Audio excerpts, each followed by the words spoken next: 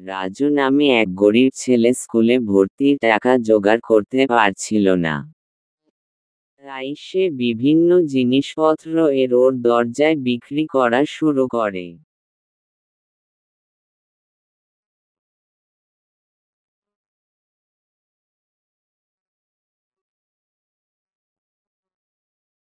আহ, এমনই দুর্ভাগ্য যে আজকে একটি জিনিসও বিক্রি হলো না। আবার এইদিকে প্রচণ্ড খিদেও লাগছে। সে ঠিক করে এবার সে যেই দরজায় যাবে তাদের বলবে তারা জিনিস না কিনলেও তারা যেন তাকে এক মুঠো খাবার দেয়।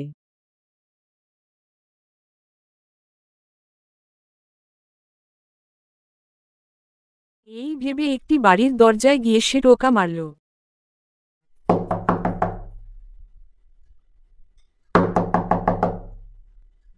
মনে হচ্ছে কি যেন দরজায় টোকা মারছে। দরজা খুলে দেখি, মেয়েটিকে দেখে ছেলেটি ঘাবড়ে গেল। সে খাবার চাওয়ার পরিবর্তে এক গ্লাস জল চেয়ে বসল। অনেক পিপাসা লাগছে আপু, এক গ্লাস পানি খাওয়ানো যাবে কি?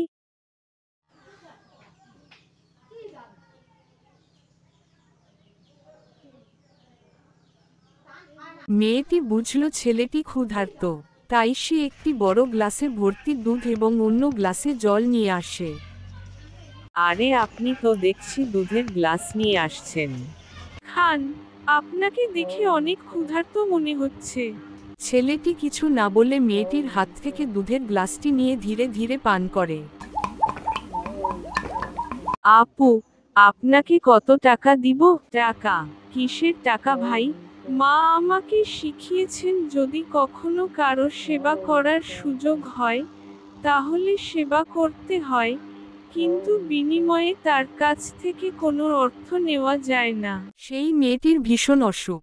পাড়ার ডাক্তার কি করবেন ভেবে পাচ্ছেন না। শেষে বাধ্য হয়ে কোনো বড় হসপিটালে মেয়েটিকে ভর্তি করানোর পরামর্শ দেন তিনি। উনার চিকিৎসা এখানে সম্ভব নয়, আপনারা রাজাপুরের বড় হাসপাতালে নিয়ে যেতে পারেন। বাধ্য হয়েই মেয়েটির পরিবার তাকে একটি বড় হসপিটালে ভর্তি করায়।